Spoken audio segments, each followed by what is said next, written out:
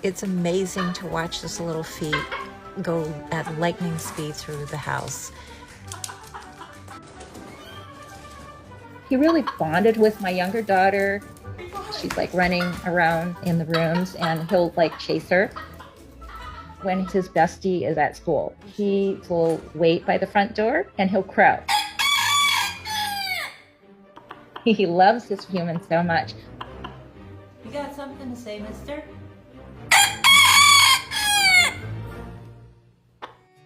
I had chickens growing up and my girls wanted a pet. We thought the right thing to do was to adopt a rooster in need.